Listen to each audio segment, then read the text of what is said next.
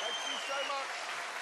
Thank you. And coming up in this incredibly exciting show, a young woman changes a wheel.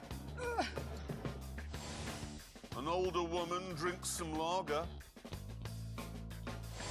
And Richard looks at a book. Look at that.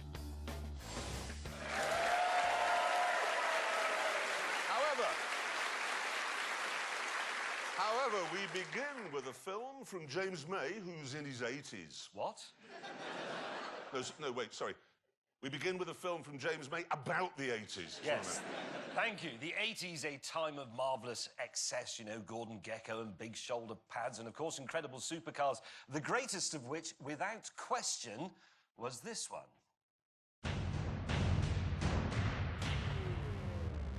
The Ferrari Testarossa was excess on wheels. Be it looks, attitude, or even size.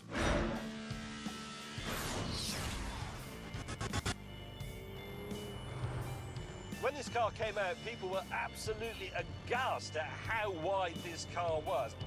I don't mean wide like Del Boy, I mean wide as in width. It was enormous, especially at the back.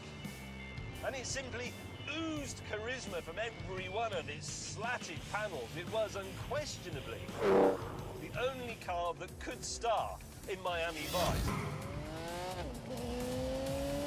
There you go.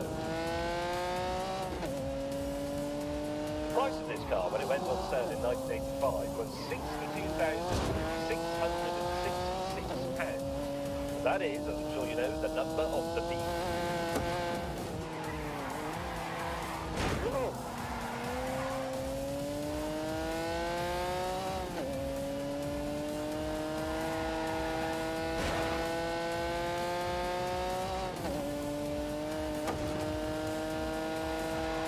And when you were leasing this 5-litre V12, it would do 180 miles an hour. That was an astonishing figure for the time.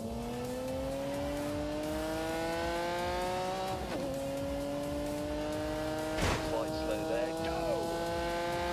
Oh no!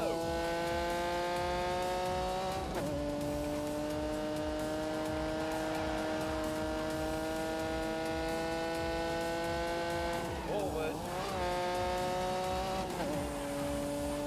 Nothing. Well, that's interesting.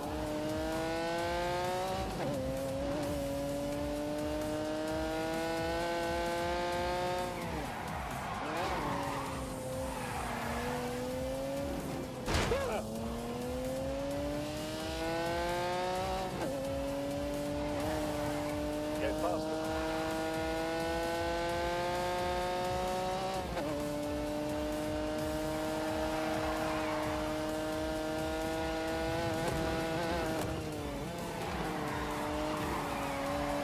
Yes, yes, yes, yes.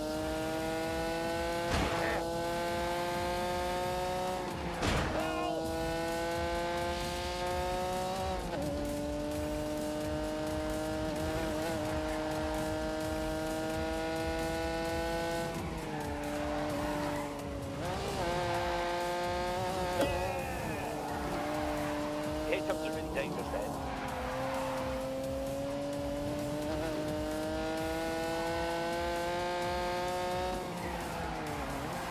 Ow!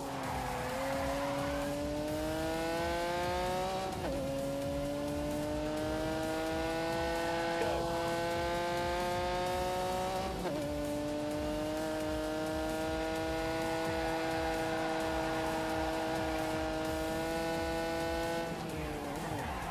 Rubbish.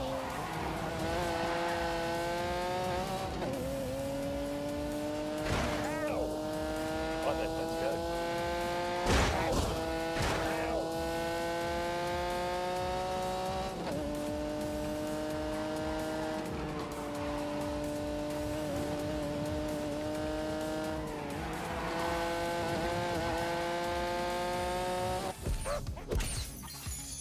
In fact, Enzo Ferrari loved that show so much, he actually gave its star, Don Johnson, his own Testarossa. And Don was just the tip of the celebrity iceberg. Rod Stewart had one, Elton John had one, Mike Tyson had one, O.J. Simpson had one, and presumably wore driving gloves. If the 1980s were the era of excess, then, well, this was the perfect car for the era.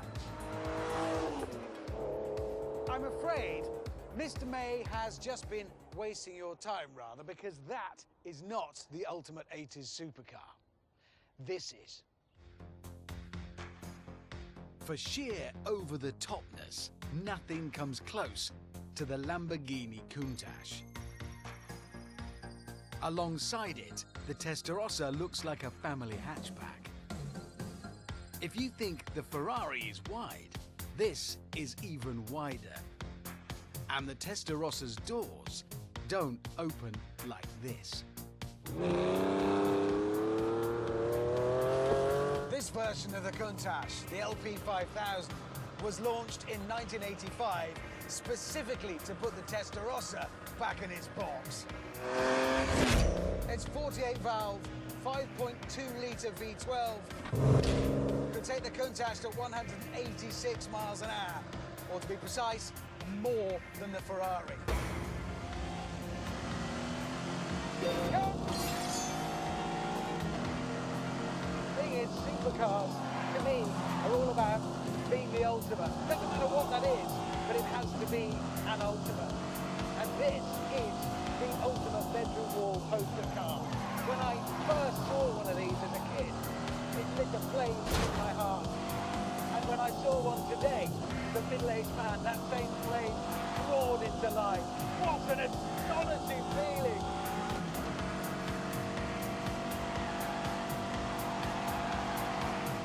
Oh.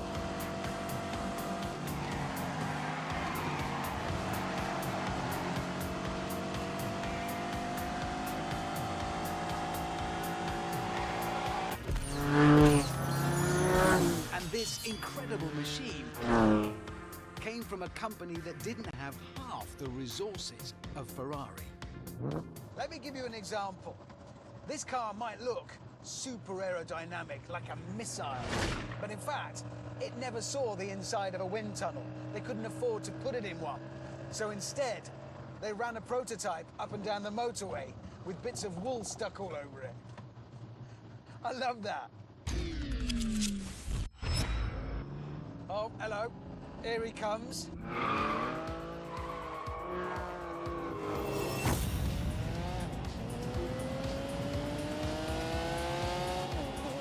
Don't be stupid.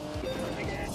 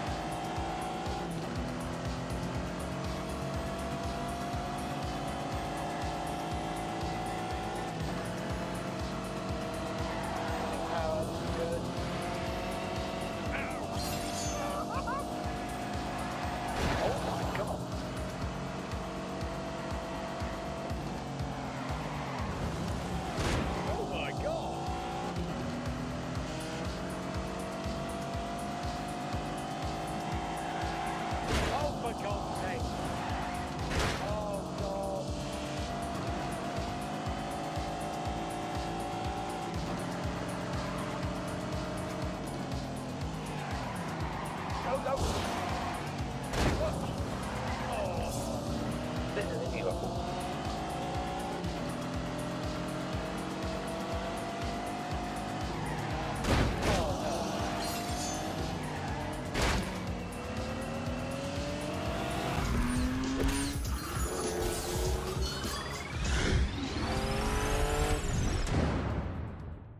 Eventually, we pulled over, so we could continue arguing face to chest. Oh, the brakes are brilliant. On the line. Right. Oh, that doesn't help much in there. You can't see behind you, can No, you? I just want to be really accurate, and you can help with that. That's in the way, and that's in the way. That's why the early ones had a periscope. Unable to agree on anything, we decided to take a more intellectual approach by having a drag race. Now, on paper, the Lamborghini is faster, definitely. But, as we've already observed, Lamborghini were a bit fast and loose with their performance figures back in the day. So now, finally, we can find out for real.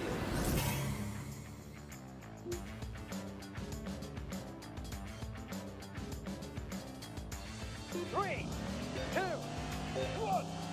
We're off. Unleash the beast!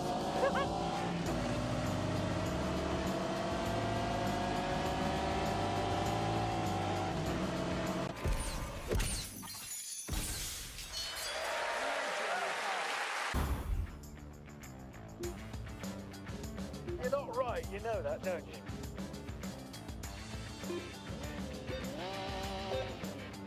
Go! Full throttle.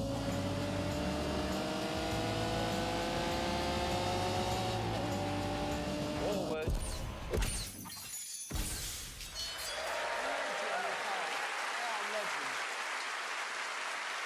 It was a privilege, wasn't it? Yeah. Couple of things I think you forgot to mention in that film. Hang on a minute. What? By attacking those cars, you are destroying the very foundations of everything we love and hold precious. And now it's time to destroy them a little bit more by seeing how slowly those cars go round the Ebola-drome.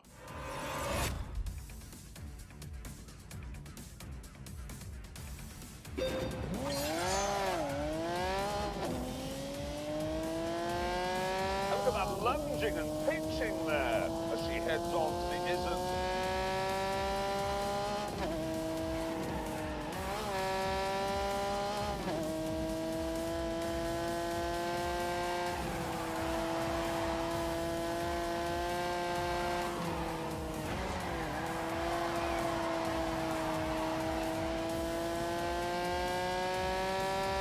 Bringing out that flat 12.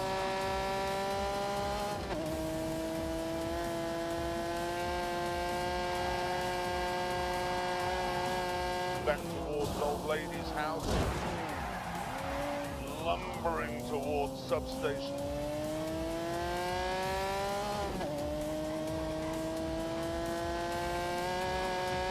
Just feels it seems to go. And across the line. She's absolutely nuts. Like riding a Testarossa. I wouldn't do that for all the tea in China.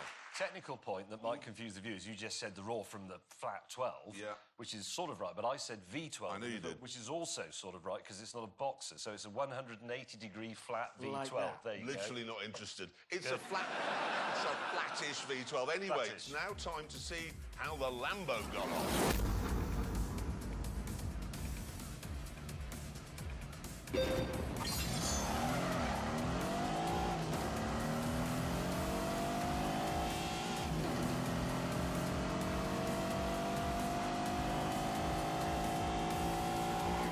Easing off the second curve on the straight.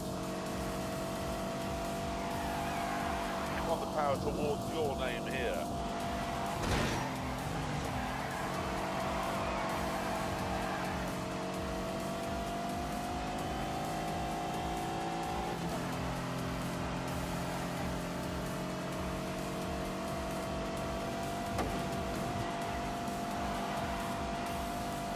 And now the joyless wrestle back towards Old Lady's house. Now in the damp dash towards substation